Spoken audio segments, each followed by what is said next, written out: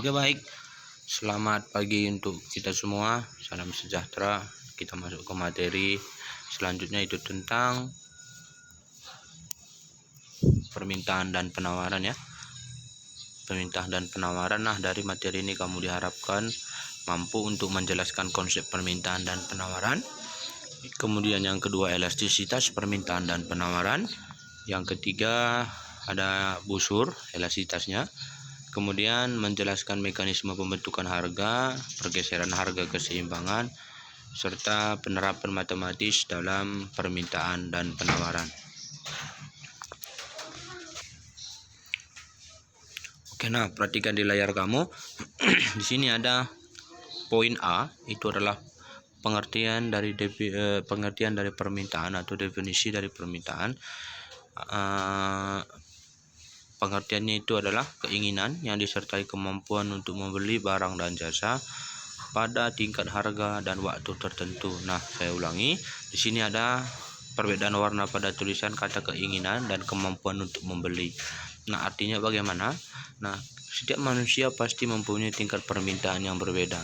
Sedangkan yang menjadi permasalahannya sekarang adalah apakah para konsumen itu mampu untuk membeli atau tidak. Nah, hal-hal yang berkaitan dengan konsep permintaan itu, yang pertama adalah kuantitas yang diminta merupakan kuantitas yang diinginkan. Dalam arti, jika kamu ingin mempunyai suatu barang satu, maka itulah yang merupakan yang kamu inginkan. Berarti di sini satu yang diminta, satu yang ditawarkan. Paham ya? Kemudian yang kedua, ada katanya di sini adalah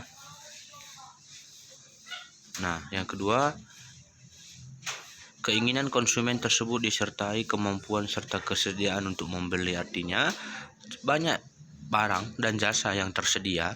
Nah, tetapi ada yang kamu butuhkan. Nah, yang kamu butuhkan itu yang akan kamu beli dengan kategori apakah kamu mampu untuk membeli atau tidak. Kemudian selanjutnya adalah kuantitas yang diminta dinyatakan dalam satuan waktu. Artinya pada hari ini tingkat permintaan kamu pasti berbeda dengan sebelumnya, atau kuantitas permintaan kamu juga akan berbeda pada waktu yang akan datang.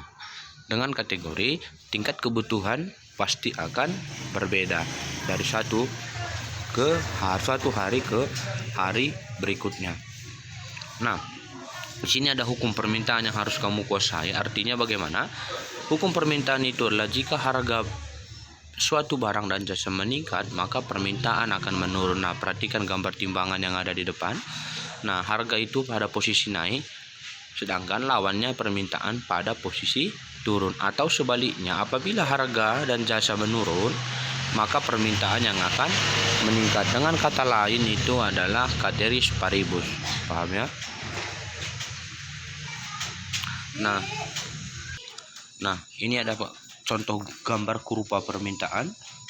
Kita lihat di sisi kiri itu adalah harga dalam satuan rupiah, sedangkan yang bawah itu adalah kuantitas kilogram atau sering disebut dengan Ki. Nah, berarti kalau harga dalam bahasa Inggris itu adalah price, maka simbolnya adalah P. Paham ya? Kita lihat pada titik kombinasi A, harga per kilogram dengan kuantitas 10. Nah, perhatikan tanda titik yang muncul di layar kamu. Yang B pada kuantitas 4.000, pada harga 4.000 dengan kuantitas 20, sedangkan yang C pada harga 3.000 dengan kuantitas 30, yang D dengan harga 2.000 kuantitas 40, sedangkan yang E harga 1.000 dengan kuantitas 50. Nah, perhatikan, tinggal tarik garisnya, maka itu merupakan kurva permintaannya. Nah, ada beberapa hal yang mempengaruhi pergeseran kurva permintaan. Yang pertama itu adalah harga barang substitusi dan komplementer atau barang pengganti dan barang pelengkap.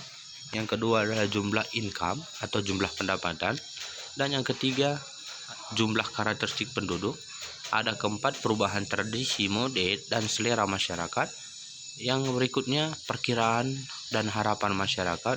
Kemudian ada hari raya keagamaan dan kondisi sosial ekonomi. Nah, di depan kamu ada contoh. Itu adalah pengisian bahan bakar. Nah, dengan keterangan rencana pemerintah menaikkan harga bahan bakar akan mempengaruhi permintaan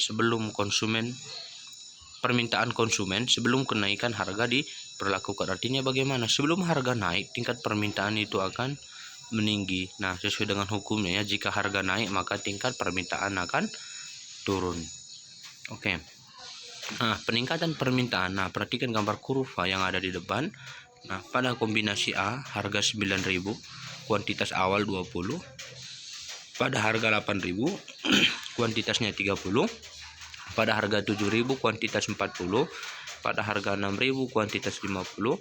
Pada harga 5.000, kuantitas 60.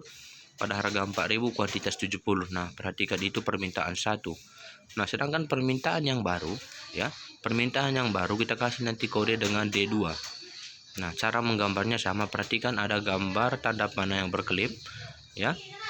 Itu menandakan pergeseran kurva dari permintaan awal dan permintaan yang baru. D itu adalah demand atau permintaan. Bisa ya? Oke, nah penurunan permintaan. Cara menggambar kurvanya sama. Kita hanya fokus pada titik harga dan kuantitas. Nah, yang menjadi masalahnya sekarang, apakah kuantitasnya yang baru atau kuantitas awal? Oke, kita lihat. Harga 9.000, kuantitas awal itu pada 20. Harga 8.000, kuantitas 30. 7.000 40. 6.000 ada pada kuantitas 50. Kemudian 5.000 ada pada kuantitas 60. 4.000 70. Perhatikan pergeseran penurunan permintaan.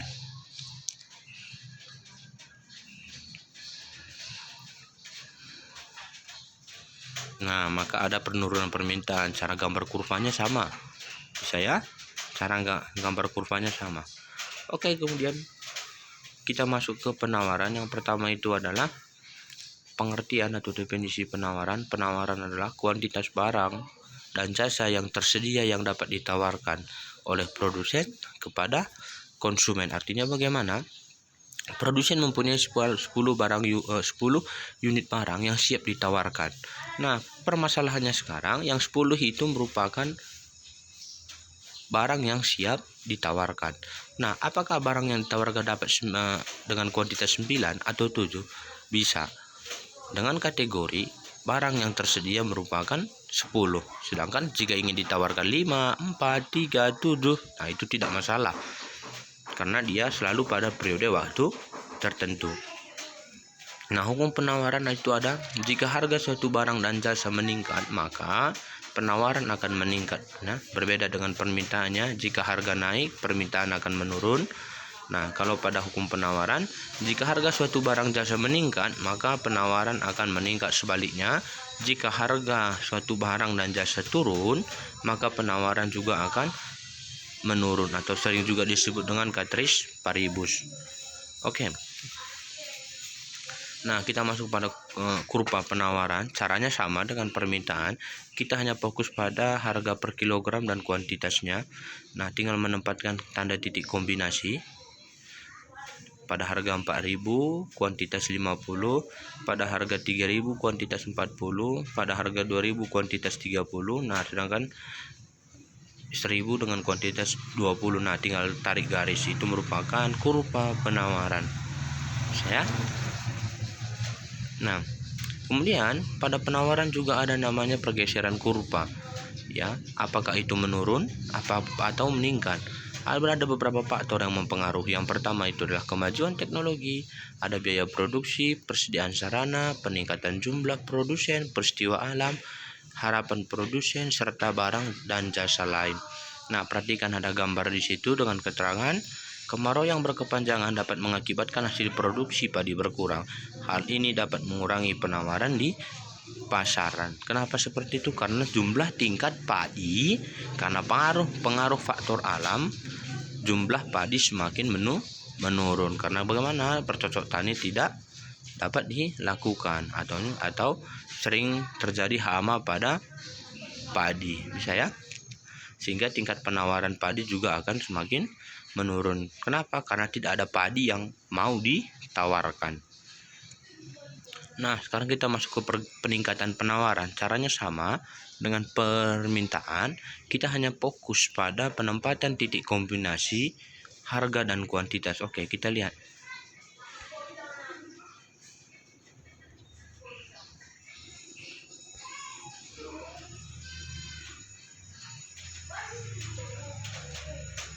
Nah, tinggal kita tarik garisnya. Nah, itu merupakan S1. S1 itu adalah supply, ya. Supply itu istilah untuk penawaran. Nah, sedangkan ada S2 berarti ada tanda panah yang mempunyai warna berkelip itu, ya. Penawarannya meningkat dari 30 ke 50, 4 ke 60, 50 ke 70, serta 80 ke 100. Nah, sekarang kita lihat ada lagi namanya penurunan penawaran. Caranya sama, penggambaran kurvanya sama. Harga 4.000, kuantitas 30.